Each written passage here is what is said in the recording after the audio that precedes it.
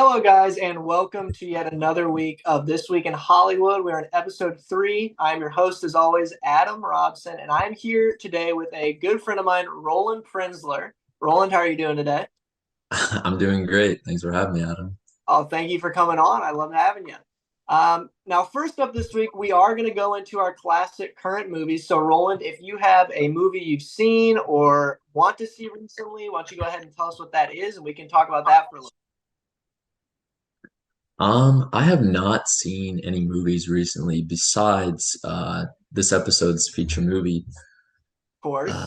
However, I have been over the past month working my way through Breaking Bad, Okay, I and that is a lot. It's pretty intense. Yes. Are there any movies So, you're looking forward to that are out or in the theaters currently? um, not at the moment. There is a movie that I'm trying to find where to watch it. It's Uh, an older movie, but I am not sure where I can get a copy of it. What movie is it? So, it's called Karalinis Bruninieks. It's a Latvian movie Okay. about a track and field athlete, and it's actually starring Jānis Grūstiņš, who's the Latvian 5,000 meter like national record holder. Wow. And yeah, I just think it would be really cool to watch. Um, so if I can find a copy someplace, if anybody knows. Uh, Hopefully somebody Send it put my that down in way. the comments for you. Yeah. Sounds good though. I'll really quickly. I did see a movie. I saw the new Guardians of the Galaxy actually just yesterday. Thought it was pretty good. Best Marvel movie for a while. There will be a review up on my channel very soon. By the time this episode is out, it will already be up. So if you want to see my full thoughts on that one, you'll have to wait till that comes out. But let's get over into our movie of the week this week. So this week we went into a movie called Looper. Now, The Looper is an older movie. It came out in 2012, and it is written and directed by Rian Johnson, who went on to do The Last Jedi for Star Wars. He also recently did Nights Out and its sequel, Glass Onion, which are great crime thrillers. But this was his big explosive movie onto the scene, writing and directing, and with a decent cast for 2012 of Joseph Gordon-Levitt and Bruce Willis. This is a sci-fi time travel kind of action thriller. Now, I've seen this movie many times, but Roland, have you seen this movie before? The first time I've seen Looper. Yeah. Yeah. So we are going to go in a little bit of spoilers here to talk about the plot and what we thought about it and other stuff like that. So if you have not seen Looper and are looking forward to seeing it or want to watch it, I do recommend it as a good movie. Go ahead and skip ahead to the time code I'm going to put up on screen now. Other than that, we're going to get right into spoilers in our review here. So, Roland, what did you think? I thought it was really hard to follow at the Okay. beginning. So took a little bit of reading the first parts of the movie on Wikipedia to understand what was really going on. But once I did that, it was more clear and I was able to follow what was going on more. Yep, So I would definitely agree. Any movie that's going to deal with some time travel or not chronological story, I would say could be hard to follow. And this one definitely does it to an extent. But I feel like you said, if you read into it a little bit and just try and get a grasp on, I think it's easier to understand and follow. Opening wise, I thought this had a great opening to set the scene of when he is with literally no explanation, just in the forest or in the crops or waiting for his first target to come through. And then they finally show up out of nowhere as they're being time traveled, and he shoots them for a great opening. Now, I will say the exposition in the beginning, you do get hit with a lot of exposition. Now, I can yeah. understand it be a little bit confusing, but I feel like it is not too much, and it sets up the story very well in the world, like the setting that this movie takes place in. I really enjoy. What do you think about that? Yeah, I thought the setup at the beginning is pretty clear about what it's like in 2044. Yeah. It explains it pretty simply. And I didn't realize at first that it was Kansas City. Like I saw at the first part that it was in Kansas, but I didn't realize that that city Yeah. is Kansas City because, uh, well, I've driven through Kansas City before, but didn't look I like guess it's probably going to look a little bit different in 20 yeah. years or 30 years from then. To go to your point there though, the movie does take place in two different times. It takes place in 2044 mainly, and then it briefly takes place in 2074. But I really did love the sets in this movie. It's you can tell just watching. This is a very lower budget movie. It does not have a lot of money to make these huge sets or set pieces, and you can tell a lot of the money here went to the actors. I mean, for Ryan Johnson to have this first movie and to get Emily Blunt, although it was more at the start of her career, but Paul Dano and then Joseph Gordon-Levitt and Bruce Willis at the time, huge names. So you're going to be putting a lot of your money towards those, as well as Jeff Daniels in this. Mm. So I feel like this movie did a great job of taking the limited budget it had, though, and really building like the scenes it had with it. It really looks very well professionally made for something that had a lower budget. Yeah, I thought that well, the CGI, I thought it was all right. Yeah. Um, I guess with everything else, I thought like some of the secondary characters, the acting wasn't bad. No, Um, I would agree. There's not many secondary characters to go off of. They just have like a very strong cast, but the secondary characters it does have, I would agree, were great. Yeah, the CGI I would say isn't the best, but this is a movie that's great because it knows what it has to work with. So it knows that CGI isn't going to be great, doesn't rely on that a lot. We move much yeah, more to the practical side. yeah, I thought that was good, and I guess it's just like prioritizing their film budget because Yeah. I mean they wanted those like household name actors starring, but the rest of it, I guess they didn't really spend much money on the parts that you wouldn't notice as much. Yeah, I would And I agree. think that was a good move. Just looking it up, $30 million budget. So that is a tiny budget for a movie in 2012, and it brought in 176 million. So actually did a decent return at the box office for a first Yeah. time to this. Although you're going to obviously have people like Bruce Willis bringing a lot of people to see this. But I was going to say though, definitely going back to how this movie takes place in 2044, I kind of love the its version of 2044. It's in the future at the time 32 years. Now it's only 20 years in the future, but it seems like just enough futuristic stuff where you can believe that that is the future. It's not overly dramatic. There's scenes of Kansas City, which is a bigger city now with skyscrapers, but still farms very close by off. And I love the idea of technology evolving in this movie with the very limited hover bikes that don't work all the time because they'd be very early in their development. Or Yeah. the on the farm they have a flying thing to fertilize the crops instead of a bigger machine now. And I really enjoyed seeing how this took its future aspect. It didn't go overboard again, going to that budget. It can't afford to do that. So I really enjoyed seeing that. What did you think of the futuristic kind of stuff? I thought it was pretty funny about the TK mutations where they're Yeah, saying like, I yeah, love everyone thought they were gonna be Superman, but all you yeah, can do is just float quarters with your hand. exactly. To have telekinesis in your movie, and the extent of it is you can maybe move a quarter a little bit. We see in the movie Sarah, who's played by Emily Blunt, the owner of that farm. She's like extremely gifted in telekinesis, and all she can do is move a lighter around pretty well, which I thought was very Yeah. interesting. Obviously, we are going to get in a little bit more to Sid and his powers, but I thought that the telekinesis really worked well. Now, what did you think of the time traveling aspect of this movie? Because I really liked seeing how they would just instantly show up, almost like they're being teleported because they're arriving back in time for these loopers. But also, for a movie about time travel, it really doesn't want you to think about that time travel because, and not every movie, but most movies that deal with time travel, if you even think about the repercussions of the time travel, you create these paradoxes where if somebody goes back and they do this, and this changes the whole thing. And there's even lines in this movie I wrote down from Abe, played by Jeff Bridges, and Old Joe, played by Bruce Willis, of like, don't think about the time travel. We could sit here all day talking about time travel. Just look at the facts. I'm here. This is what I'm going to do. This is where we need to go. And I feel like that really Yeah. helped. The scene in the diner before they fight. Yes. Yeah, I thought that was interesting because well, they're sending these guys back to the present and Yep. they're killing them, but it's like their younger selves killing them. So when their younger selves kill the older self, the younger self still survives.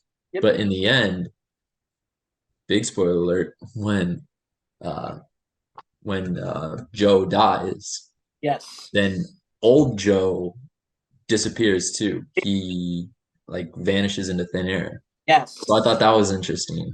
Yes. I want to get your thoughts on that ending. We'll definitely come back to that. But But I'm yeah, not sure what happens because it's in the present, but yes.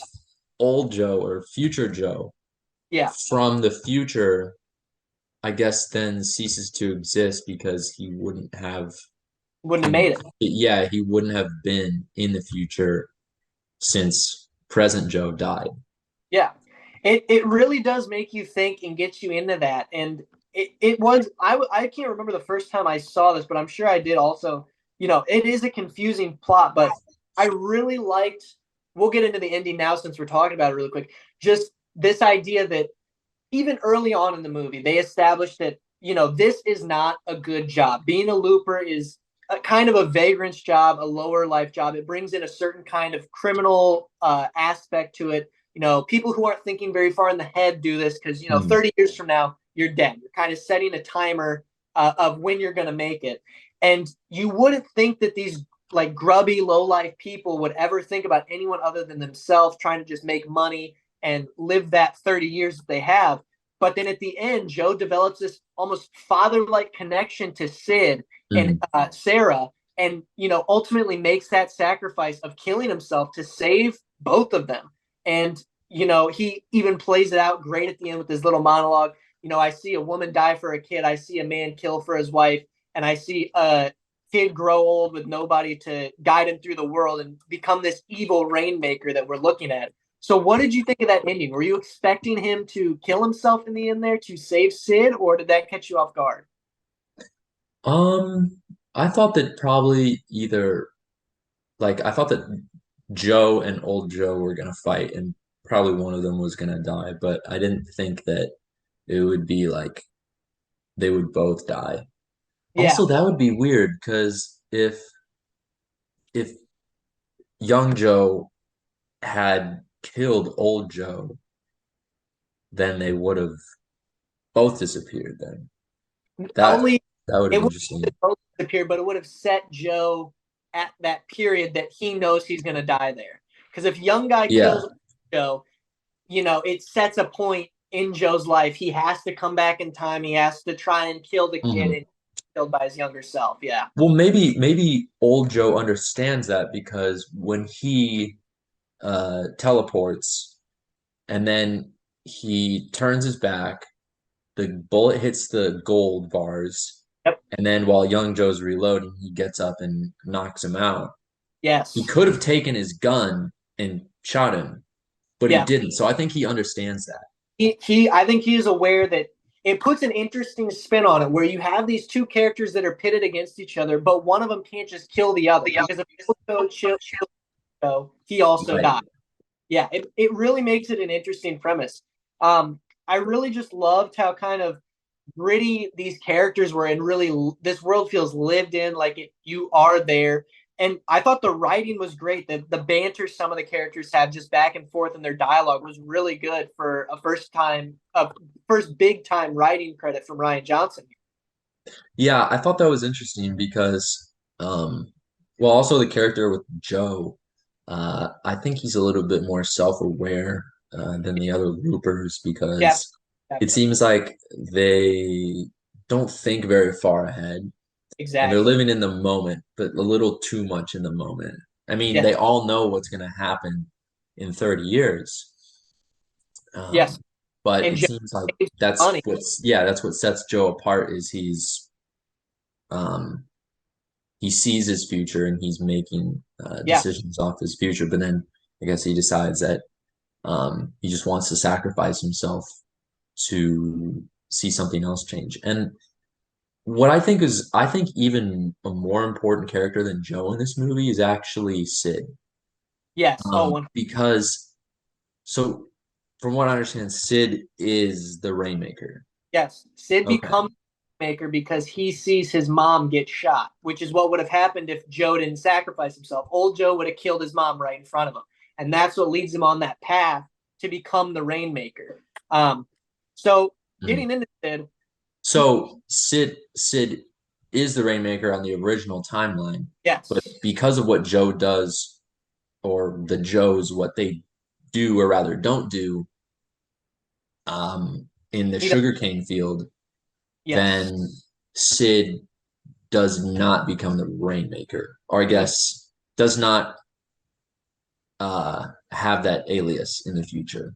I think it's a little ambiguous because we don't see what happens, I but suppose so. Yeah, it we is know ambiguous. the new timeline that Joe creates by killing himself, he will at least have his mother to guide him through his life, and he won't be abandoned and alone, which most likely would Mhm. lead to him being the Rainmaker. So, Right. ambiguous, but he's got definitely a better life ahead of him. Well, here's what I think. Is it good for the Rainmaker to exist instead of the five syndicates? It's a good question. Because like why would you want these mafias in the future if Yeah, there's just one person who's in charge? Although I don't know, maybe they could make a separate spin-off movie about that. If they did, I would definitely watch it. Like, I and that's definitely, another thing is I looked up and there's a movie called The Rainmaker, and I've never yeah. seen it, but do you know what it's about? Have you ever seen that? Let me check. I think I have seen that, but I know it's not related to this. This was very much its own thing. Mm. Um, yeah, the Rainmaker is about. I think it's about gambling. Let me check. Yeah, or no, a lawyer takes on an insurance company. Yeah, that has nothing to do with this. Yeah, Um, probably not. I also heard that Kid Blue, yep, that's the name of another movie in the past. really, I did not know I that either. looked it up because I was looking up about his character. I just wanted to read a little bit more. So I Yeah, searched Kid Blue, and it looks like there's a 1973 Western movie called Kid Blue. I don't yeah, know anything about it. me neither. Um, but what I also read when I looked up to read about that character, because it seemed a little bit unclear about who he was or what he came from. I guess he probably uh, worked for Abe's organization. Yes, and I think he maybe either is like an adopted son of Abe, or just sees Abe as a father figure and Abe sees him as his son, because Abe comes back from the future. So he gets sent back in time to run things in 2044. And Mhm. obviously, it would be unlikely that that is his real son, but there is a sort of father son kind of relationship there in some way. Right. What I read when I looked up to see is there's I guess, a fan theory, but maybe it makes sense. Someone says Abe was sent back in time to run the loopers, so it would make sense that he is trusted in being in the mob a long time. He Yeah, and they're saying that Abe and Kid Blue are the same person. I didn't think of that. That's interesting. Yeah, I did not see that either, but it would make a lot of sense. It could make it, now that I'm thinking of it, it would, because old Abe dies before young Abe does. So even if young Abe does die, Mm, wouldn't matter at that point. It wouldn't erase old Abe because he's already been killed by old Joe at that point. So that actually wouldn't be a bad idea. That is interesting. Speaking of mm. Abe, though, I did, even though he's a bad guy, I did like his character, and this goes back a little bit to Joe being more prepared and different from all the other loopers, saving up his money, wanting to go to Paris originally, and then Abe comes in, he's like, "I'm from the future. You need to go to Shanghai." He ends up going to Shanghai, which I thought was just not even like a big part of the movie, but just really fun seeing that if Mhm. future gave you advice, you would most likely follow that advice, and do what they say. Even though he's been training to go to France for so long with his French, Right. does eventually go there, showing again that he does think ahead more than the other loopers and takes that advice, which I really liked. Yeah. Um, so when Abe tells Joe to go to Shanghai, is that just because he can see how the future of the world plays out, or does he see that Joe will meet his wife You know, in good. Shanghai? That's a good thought too. I'm not sure. That actually, I didn't think of that. That is pretty good. I read it more as sort of a he knows that Shanghai will be better just in a worldly sense. Like maybe it Hmm. does Chile, maybe there's a war in Europe that breaks out that messes up Paris. So he's just advising him to go to Shanghai. But it very Right. well could be leading into that you know you're going to meet your wife there. Um, let's jump over to Sid though, because I agree that Sid is the focal point of the movie and much more integral. And I've got to say, for a kid actor, he might be the best that I've seen. Usually, kid actors, you know, they're not very they haven't been in acting for a long time just because they're a lot younger. So their performances can sometimes not live up to the people around them. But I thought Sid was great in this movie. I thought he delivered a great performance from, let me look him up here, Pierce Gagnon, who I don't know what else he's been in, but I'd love to see him in some other stuff. Hmm.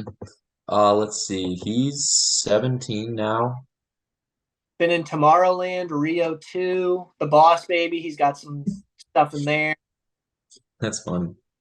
Yeah, not a lot of stuff since Looper, but I thought he was great. And I really liked how he was just that scene in the house when Jesse aims at him and freaks him out. You know, that is a great scene where we get to see his real power unleashed. And that gives you the idea of why the Rainmaker is so dangerous and how he's able to bring those five families together. He just has this uncontrollable power that maybe later on he is able to control and use for personal gain and harm of other people.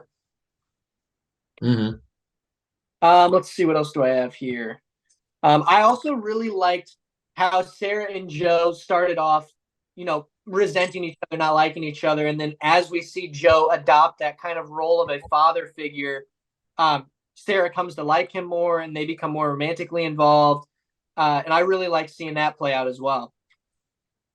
Yeah, I Also, thought that was interesting. And it seems like old Joe also does care about the kids, or at least he's more mature, or he's gotten wiser with age because it seems like um I forget what it really meant when he was saying how his wife saves him. got him off of drugs, cleaned him up a little. Yeah, yeah, yeah.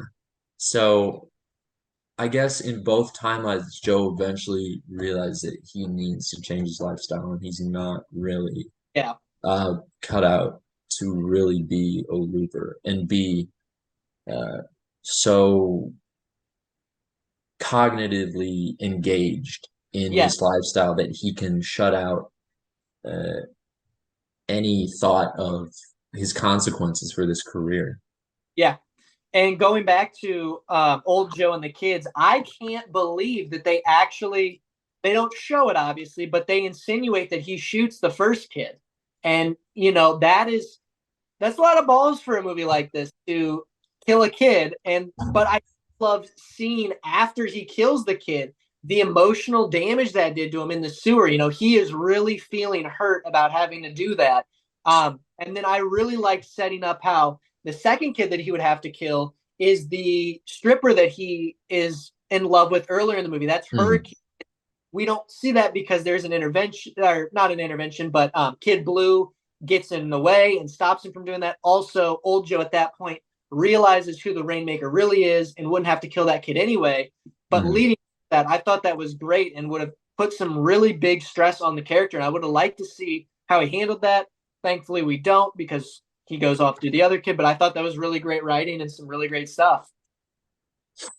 Yeah, I didn't catch that part 100% clearly, but that is a really interesting coincidence in that movie Yeah. about that part.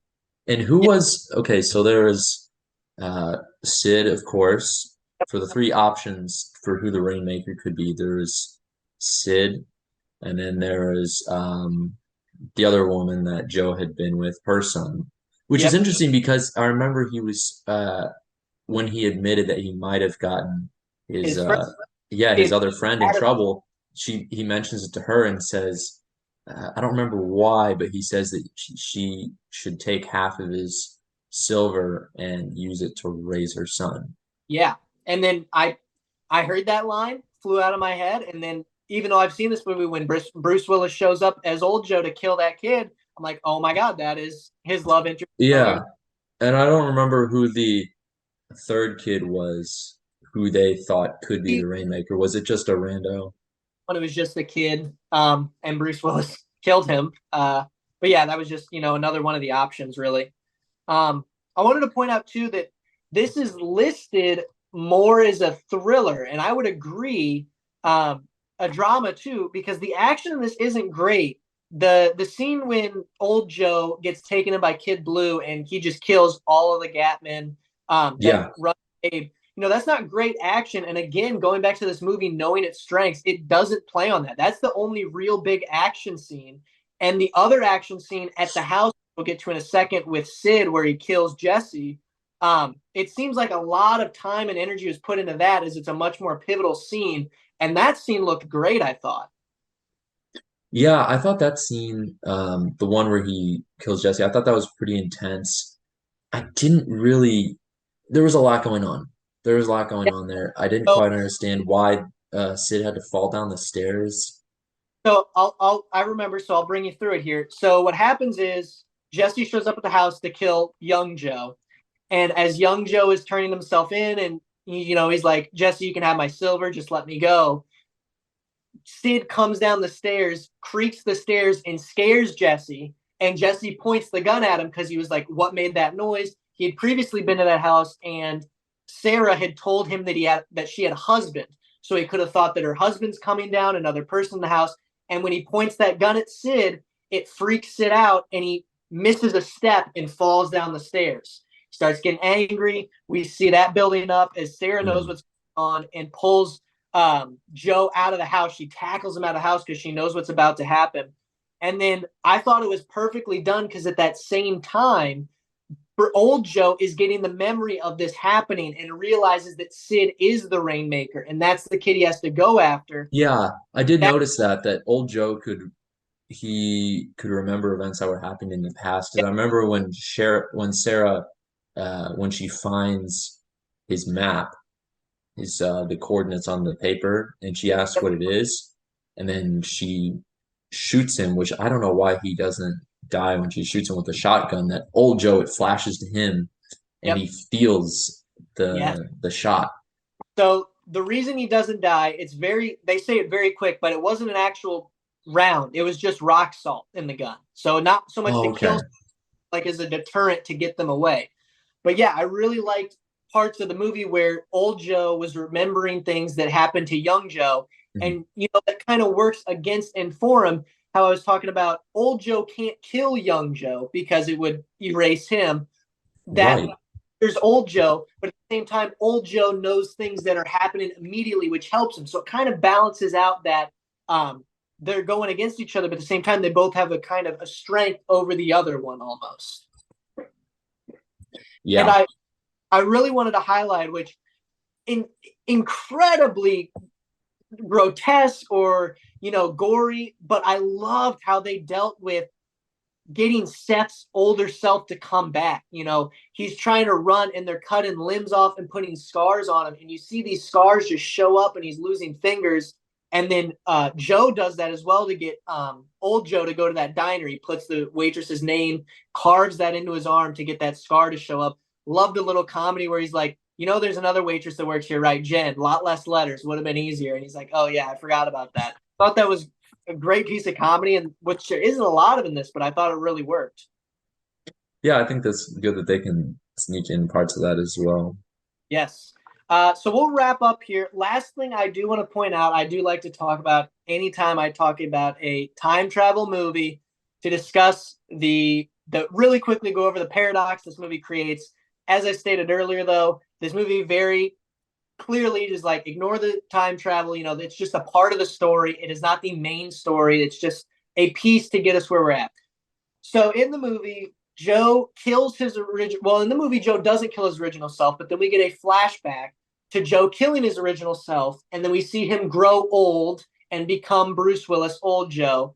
And then his wife gets killed in the future on accident when they come to bring him back and close the loop where they send your old self back and your younger self kills them. His wife, similar to how Sid gets the gun pointed at him because he's in the wrong place, wrong time. His wife is in the wrong place, wrong time, gets killed, and that fuels him to set this whole thing in motion. Right.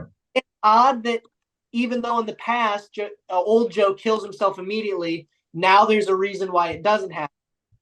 And then at the end of the movie, we have Joe kill himself, ridding us of old Joe, and that creates another paradox of now old Joe never existed because Joe dies right there. Old Joe can't come back to mess up this thing, and then you get the paradox of if he doesn't come back, then he gets to go and grow old, but then he grow old, so he comes back, and it is that paradox of causality that happens in a lot of them. So yeah, I mean the time travel doesn't make a lot of sense when you really break it down and think about it, but I thoroughly enjoyed this movie more than I thought I would. I actually enjoyed it more than the last time I saw it for sure. Just last general thoughts, I'd say it's definitely a recommend from me. If you're into sci-fi at all, I would put this on your list. What about you, Roland? Would you recommend this for the people?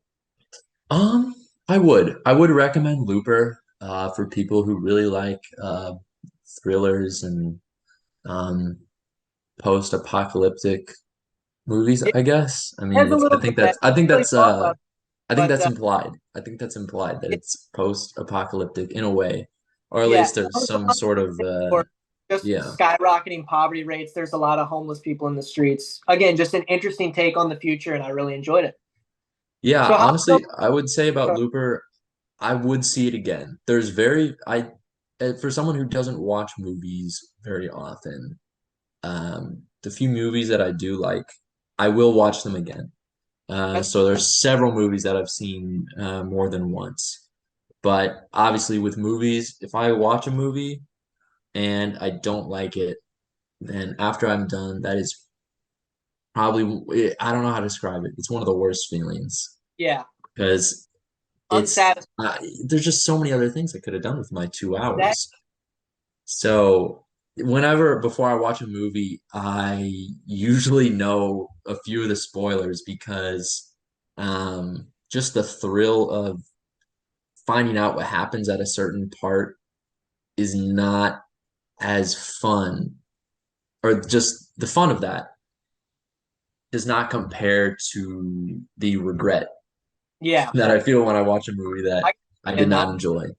so did you look up spoilers for this at all, or did you just go in blind? I read ahead a little bit, so I knew what was gonna come a little bit in the middle of the movie, but I left the end to see what would happen then. Interesting. Well, So I'm glad you like that. I'm glad that you enjoyed. yeah, so I did have some little help from Wikipedia, as I do for most Fine. things, but with most things uh, you have to know what you're gonna watch. You want to spend your time wisely and watch something you know you're gonna enjoy. So that's usually what I do. Agreed. Jumping over to our next section here, we got a couple, not many movie trailers this week, but we do have two. So the new Oppenheimer trailer came out. Now, we've been talking about Oppenheimer on the past two episodes, so I'm sure people have heard enough of it so far. But just really quickly, going into this last trailer, this will be the last trailer before the movie comes out. And it definitely takes a more of a different tone compared to the rest of them. The rest are a lot more suspense driven and this build up of not a lot of revealing the story. This one definitely lends more into what we're going to be seeing in this movie. And I've got to say, I'm even more excited for it this time. Got to see some great stuff from Matt Damon in this trailer. Got to see some great stuff from Robert Downey Jr. in this character in this trailer. I really like the aspect where some of it's in black and white, some of it's in color. I've done a little bit of reading, and it looks like the things that are set in stone that happened with Oppenheimer in real life. So trials he did, interviews he did, speeches he gave are going to be in black and white to show that those are really coming from pieces of history. And then the colorized stuff is going to be a little bit more of the fantasized or inferred stuff of what happened. Now, everybody knows this is my number two most anticipated movie this year. I am looking forward to this immensely. Mm. Love Christopher Nolan. I will be there opening day. But Roland, what did you think of Oppenheimer? Have you kept up with any of the other trailers? Have you seen this coming up at all? Are you excited for this? Oppenheimer, I think, might be something to look forward to. Obviously, World War II setting, and from what I've heard recently, the more recent World War II movies that have come out over the past few years have really been good. They've really Yeah, been accepted as very high quality uh, movies. yeah, Um, which, thinking of Dunkirk, yeah. I've heard really good things Dunkirk. about Dunkirk from history buffs and movie Yep. buffs alike. So yeah, with this one, I think it's gonna give some really good insight, and it's gonna get people interested in World War II history and really understand, because the atomic bomb, that's a really important part of world history, really. Yeah. So, and I mean, so you're saying that a part of this movie that's interesting is it shows like original yeah. recordings the from the true story it was based on. Not original recordings, but if he gave a speech or something, they shot it with this cast, but they're going to have that in black and white. So you know that that was 100% that actually happened. That is recorded history. He did that speech. He said that. But it's still going to have, Cillian Murphy as Robert J. Oppenheimer, just to kind of difference Okay. between what's 100% real and what is inferred or what is written Mhm. for them. Um, So those are recorded in Black and white. okay, and it's with film equipment Yeah. that was current for that time. No, current for modern time, Okay, just in black and white. interesting. Going back to Dunkirk, though, that is a great World War II movie, and coincidentally, same director. So he's coming back to this World War II era. Dunkirk, much more on the battle side of the Allies pulling out of Dunkirk, the huge armada of civilians that had to come get really the one of the big saving graces of World War II for the Allies. But this definitely looks more on the maybe political a little bit as he gets interviewed. It looks like about the repercussions of creating these giant bombs, but more so just the science going into the secrecy that these guys were sworn into doing the Manhattan Project and working on this. So not so, I'm expecting like no battles at all in this. Maybe the big action in this is going to be those bombs going off, which they are actually going to. They have recreated now, when I say recreated, I don't mean they detonated an atom bomb, Hmm. but they set up tiny models of the towns where the actual bombs went off and blew up small explosives to get that effect on these models, which I think is going to be incredible. Obviously, filmed for IMAX, which is going to be amazing to watch. Christopher Nolan loves putting his films on the biggest formats possible, so I will definitely be seeing this in IMAX. So you're Um, saying there were real atomic bombs detonated in this movie? no, no. So to Oh, re okay, okay. to capture that essence, they took from what I've read, again, this is just speculation, but they made like models of the towns where the real bombs went off and then detonated smaller explosives there to get this. Oh, okay. So I think that's going to be interesting. Just looks like watching this trailer. I go to the movie theater a lot. So seeing this trailer in the theater, you're in there, you see the suspense. I mean, I'm immensely excited for this. Yeah, Definitely I on. think, and I think also like what we were talking about from Looper about the production side, those aspects that prioritizing the budget towards something they really want you to focus on and notice. I think that will be something to anticipate. Yeah, I mean, Christopher Nolan does a great job with creating these worlds and just making everything is very meticulously planned out. He's a great filmmaker.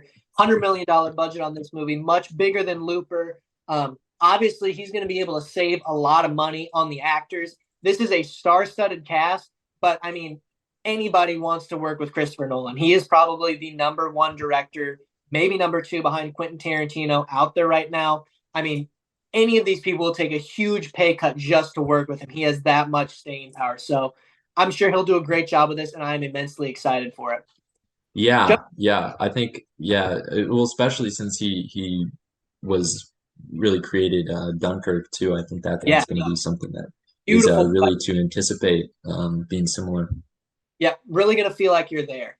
Jumping over to Mhm. our next trailer, which takes a big jump away from Oppenheimer in many ways. We're going to be talking about the Meg. to The Trench. Now, this is a shark movie, and this is a lot more on the fun side. Now, I don't know if you've seen the original The Meg that came out in 2018, but basically just the megalodon comes back, and Jason Statham and a group of people go and hunt it. Really just fun action. There's some comedy in there, just fun seeing these characters interact. I had no idea they were going to be making a sequel, but looking at it, it again looks to just be, a fun ride kind of movie, just doing its own thing. I wasn't blown away by the first one anyway, but I'll definitely check in this one out. What did you think of it? Meg 2, I'm not really sure. Speak of Movies that. like this are, well, Um, okay. Last movie I've seen that's probably the most similar to the Meg or the Meg 2 is I would say Godzilla. okay. At least I think of like a mythological Yeah, I would agree. mega creature. Um, but I think yeah, shark movies, I have not really seen one that's or really wanted to see one that's really been that significant to me. Um, maybe Jaws. I think Jaws would be a good place to start. I mean, that's the quintessential. Um, yeah. Um, but yeah, I think I would probably have to watch Meg 1 first before I Yeah, get into the Meg 2. it's a good Um, watch. I mean, it's a very much turn your brain off and just enjoy the movie kind of thing. yeah. I'm sure it'll be fun. You can tell from the trailer that it's trying to have a good time. The people making it, the people that are watching it, it'll be fun. I mean, the poster alone is the megalodon's mouth eating, not eating, but going for a dog on a dock. I'm sure this will just be a fun movie to watch. So I'll definitely have to check this out. Coming out on my birthday this year, August 4th. So that might have to be what I do on that Yeah. day. But I'll be looking forward to it. It looks fun. It looks like a good time. So I'll definitely be checking this one. hmm Yeah, I think the last movie I watched that was really about like the beach or the ocean was either A Life on Our Planet with David Attenborough, Okay. which is really about nature. Um, Great movie if you haven't seen it already.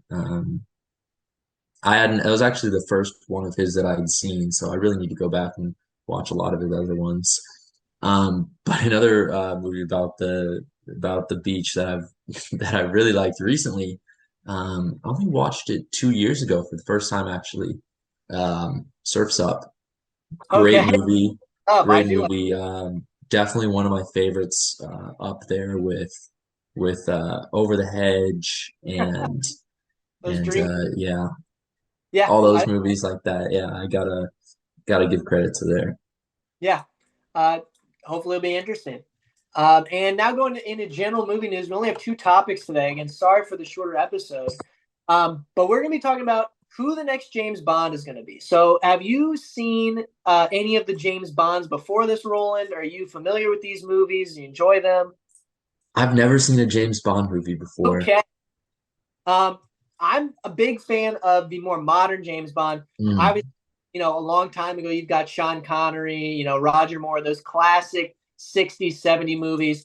Get into Pierce Brosnan in the 90s, big and bombastic, these huge action set pieces and the killer one-liners, that kind of synonymous with that Bond. And then my personal favorite, the Daniel Craig, where they took it a little bit more grounded. I love Casino Royale. I love Skyfall. I love No Time to Die. Quantum of Solace is great if you watch it with Casino Royale because they kind of work very well together. It doesn't work great on its own, in my opinion. And Spectre, definitely my least favorite of Daniel Craig Bonds, but still a fun movie to watch. We're at an interesting point though here because Daniel Craig has been James Bond since 2006. This has been a long time of him being in this titular role, and we're now looking into who the next one could be. And there are definitely some names in there. So we'll go through the list and give our quick thoughts on each one. Just based on their previous works. So first up is going to be Aaron Taylor Johnson. Now, Aaron Taylor Johnson, you might know, Roland, was in Godzilla, that movie that you were talking about last. the most Uh, recent one? yes, Okay. he was the main army guy in that. Wow, I didn't realize that. Yeah. So also probably a shock to you, he's English. Put on an American accent for that. All the James Bond actors have always been English. That is like a staple of England in movies. So I think he could kill this role, honestly. Now he's younger. I think he's 32 right now, 33, which would fit perfectly because, if you're bringing on a James Bond, you're going to want him to be at least in for, 4 or 5 movies. You're going to need some staying power. And you're going to need him to do this action. So casting Mhm. older might be a little bit of a worry. You might have to bring in stunt doubles that might be noticeable or detract. But I definitely think he could kill this. I've loved some of the movies he's been in. I loved Kick Ass 1 and 2. Those are very fun, Mhm. action kind of comedies. And recently I felt like he killed it on Bullet Train, a great action movie set entirely on a Tokyo bullet train. Yeah, Anyone, that's the one with Brad Pitt, right? yes, great movie. I So love the whole movie is on a train. most of the movie is on the train. Hmm. I would say 95% of that movie's on a train. Definitely check that out if you have not Hmm. seen it. It's streaming on a lot of services, I believe, and it is a great, fun, hugely hilarious action kind of comedy with just a great cast of characters, great movie. And based on that performance alone, he had a little bit of an English accent, played up a little bit, but did some great action scenes with some great Yeah. physical, and I feel he could kill it. So you said he's English, but in some movies he's played an American accent. Yep. I will say one actor who's done that that I've seen in the past year, a movie you might have heard of is American Psycho. Watching Oh, fail. yeah, Christian Bateman play yeah, Yeah. He's in that movie. That was incredible, and I didn't realize it until like months later. I saw like, what? He's English? He's not yeah. American? I was the same way when I first started seeing that. Christian Bale's great. I love the Batman movies he's in. Those are some of my favorite movies. He's great and he can really pull it off. I think he's definitely on the older side though, so I don't know if they'd want to go that way. But he could be interesting. I'd love to see what he would do with that, like on a screen test or something. But I doubt they'll go with them. I pulled most of these names off of. There's actually a live bet going on from betting websites on who you think the next James Bond will be. So that's where I got these names Wow. from. Second one is going to be Henry Cavill, more commonly known for being Superman recently. He did all the Superman roles for the DC universe. Mhm. This is an interesting one. English, again, I think he does great in those roles as Superman, although I don't think those movies are Mhm. great, particularly just writing wise. He killed it in Mission Impossible Fallout, though. I thought he played a great August Walker, shows he can bring real, charisma and acting to these roles. Born a little older than Aaron Taylor Johnson, so you're going to be looking. He's getting up in his 40s here, and I think the biggest thing for me is he is a really big, just huge guy. He has got these muscles on him to play Superman. More recently, played Geralt of Rivia in The Witcher. I mean, it would be interesting compared to other Bonds seeing a big, muscular Bond, but I really think that Henry Cavill could pull it off. Mhm. Um, yeah, I'll have to see. I will say, I haven't seen the Superman movies, so I'm just not really sure how he would play along in that. Is all the James Bond actors, or at least um, the character he's portrayed, they're all English. Yes. Okay, so he's not American in any of the movies. No, he is not. And have all the actors that have played him, they've been English or Yeah. Scottish or something? Because I looked All up Sean Connery's not English, he's from Scotland. I know. I think they're all from the United Kingdom. So England, Hmm. Scotland, Ireland, all of them. I'm You pretty never sure. know sometimes. Gordon Ramsay's actually Scottish, I know. but I he is, yeah, that. he speaks with an English accent though. Yeah. All it's pretty similar over there, I'd imagine. Mm. Next up on our list is Tom Hardy. Now, Tom Hardy also the main thing that's stopping me from going with him is the age. He is, I think, oldest out of the 5 that I had brought over. He is definitely the oldest. Yeah, he's wow, he's 6 years older than Cavill. So you're really up in the 40s for this one. But I mean, what's there to say? I mean, Tom Hardy has made his name as being an amazing actor. Amazing as Bane in Dark Knight Rises. Love his character in Inception. Killed it in Mad Max Fury Road. I think he could be a great James Bond. similar stature as well to the other James Bonds. Not big and hulking like Henry Cavill would be. Much more, very built, very muscular and fit, but not huge bulking muscles. I think he could do a great job as James Bond, frankly. Mm. Yeah, Tom Hardy, that would be interesting. It seems like he's really made a name for himself in some other movies, as well. So one of those actors that you just see as that Yeah, character, really. 100%. So I think him taking on James Bond would really change like his public image. Yeah, And the thing is, uh, whoever the next James Bond is, you don't know how much longer they're gonna be James Bond. Like that's it could be a long time. exactly. That's the age factor playing in there because when Daniel Craig took over, I think he was like in his early 30s, and he left that role at 55. So it's a big portion of your life and a big commitment to become James Bond, and you know it's a great role. It's a classic, iconic film role. But it's going to take up a lot of your time. I don't think Yeah, Daniel Craig did a lot of movies between his James Bond movies. He is really tied down to doing those. So it would be interesting to see Tom Hardy do those. Like you said, he really becomes the character that you see him as. Also, he's just in a lot of things. You'll put on a movie and be like, "Oh, Tom Hardy's in this movie." hmm So you might not get that as much with him being in this role, but I would still love to see him put on that role and see what he would do with it. yeah, that would be interesting to see. So you have the other two listed for who are going for the role is Idris Elba and Yep. James Norton. Yep. I Uh, think Idris Elba, that would be another interesting one to watch. Again, English actors played American before. yep. We've seen him in The Office. Um, Idris Great. Elba, he's a little bit older too, right? Idris Elba is older. He is already 50. I think that would be Yeah. the big one.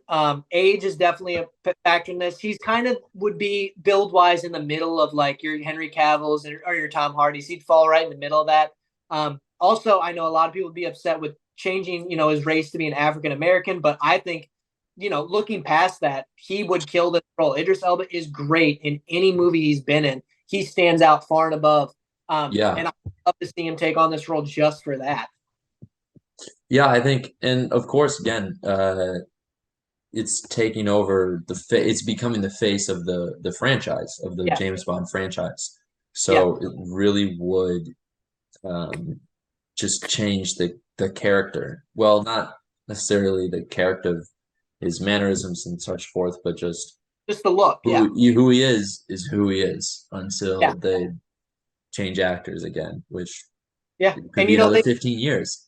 they Um, had problems with that. Like when Daniel Craig first became Bond, they complained that he was A, blonde, B, had blue eyes, and C, too short. And I mean, look at it now. To me, that is James Bond. When I think of James Bond, I think of Daniel Craig. So I don't think you mhm. can really count anybody out just based on their appearance. I'm fully willing to see someone that looks completely different take on this role. And I think Idris Elba would be great for that, or Henry Cavill if they want to go with a much more built one. And then going into the last one, you said James Norton, definitely an up and comer. Not the youngest, but definitely younger. He's born 82. Aaron Taylor Johnson would be the youngest, born in 1990. So, only 5 years older than him. But, this guy has not made a big name for himself in movies, at least in the American audience, but hugely successful in TV shows in England on the BBC, a lot of that. But from what I've seen of him, he does a great job. And I think just looking at him, he definitely looks like a James Bond type. And I think he could do this role, plays a lot of characters in suits, well Mhm. dressed, nice cars, that classic James Bond role. Yeah. Um, we'll have to see about that one. Yeah. And I mean, again, it's just about changing the face of it. And I think people just have to be ready for anything. Like when you Mm. watch this new movie, I think people just have to expect that they're not gonna expect anything. Yeah, that they I, can't expect anything because it's just different. I would 100% agree. I think if I had to right now lock down and say who would my pick be, solely off of how much I love Bullet Train, I think I'd go Aaron Taylor Johnson. I think he could kill this role and have the longevity to be in this role for 3, 4, 5 movies, probably what they want him to do, and I think he would do a Hmm. great. Yeah, and I think also it's really about which actor they choose, how long they're really going to stay in that role, and also um, just if that's what they want Yeah, their main thing to be, for the next. because maybe they want to do other movies, Exactly. and it's just like they have to stay in that role again. I don't know what their contract is, if, how long they have to stay as James Bond or make how many movies or whatever, but I'm sure they just want more than just the one. Yeah, I would agree. Be interested to see who it is, but yeah, I'm looking forward to the announcement in the next movie for sure. So Mm, going to our last topic for the day, a pretty big commotion going on in Hollywood that we didn't touch on last week as it kind of showed up between recordings, but obviously the writer's strike is going on right now. Um, Obviously, I can't have much to say on this. I'm not a writer, but I do think it is important that people understand and support the writers. The big problem is right now that the studio executives are not paying writers as much as they should. I saw a statistic, I don't remember off the top of my head, but basically, even adjusted for inflation, they should be making more than what they're doing. But this really puts Hollywood in an interesting spot right now because any movies that are going to try and be made you're right now currently or that need if you've got a movie that's halfway along and something isn't going well and you need rewrites, you are not going to have a real writer able to do that because they are not writing right now. They're on strike. And we saw this previously in 2008. There was a big writer strike and a lot of movies struggled, name even one of them being James Bond Quantum of Solace. They had Daniel Craig and the director rewriting the movie in scenes the day of at the set because they could not have a writer there to write these scenes for them. And it definitely will affect the movies. Movies in no way will stop off of this. I'm sure eventually they will come to an agreement, but it is important to rally behind these guys. They are the reason these movies come together. You can't start a movie without a script, and you need these writers to do that. I think it's just important that we understand and recognize that these guys deserve better, conditions, better compensation mm. for their work, and it's just really important right now to understand that.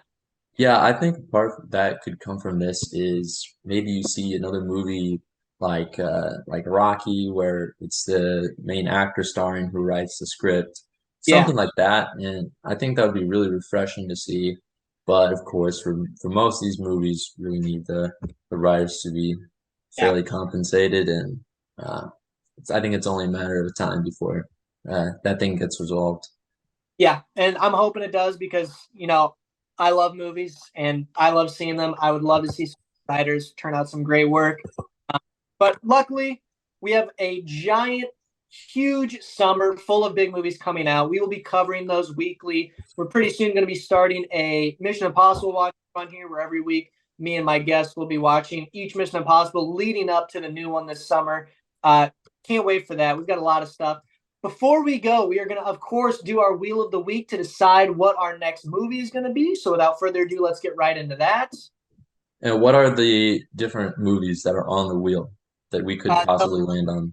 this is all going to get cut out because I have to go get the movie. But basically, it's just a Okay, wheel. I have like a collection I'll show you of like a shit ton of movies. I put all of them on the wheel, spin the wheel, and see what we get. So nice. we're done with that. We're done with that. Um, let's see. Let's go to my wheel.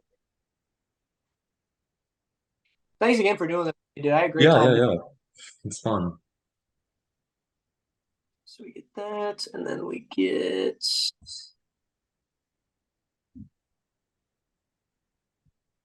All right, so that's what we get. Let's see what we got. Show you my collection too. So this is my movie collection that we pick from every week. I don't know if you can see that. Yeah, that's a lot. Yeah, I have an addiction, so we Is need it to all go Blu-ray? Blu-ray or 4K. Yeah.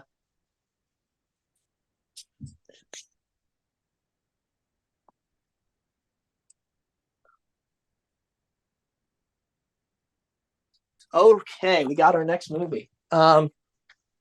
Obviously, you're not going to be on next week, but feel free to watch along with this Mhm. one. This is a good movie I've seen, so I know World War II movie. You might like it. It's pretty good. Pretty out there though. All right. If you're ready, I'm going to intro back in, announce the movie, and then I will be wrapping up. Final goodbye, and then we'll be done. Okay. All right, so we're spinning the wheel, and this week we are going to land on Overlord, directed by not J.J. Abrams, produced by J.J. Abrams.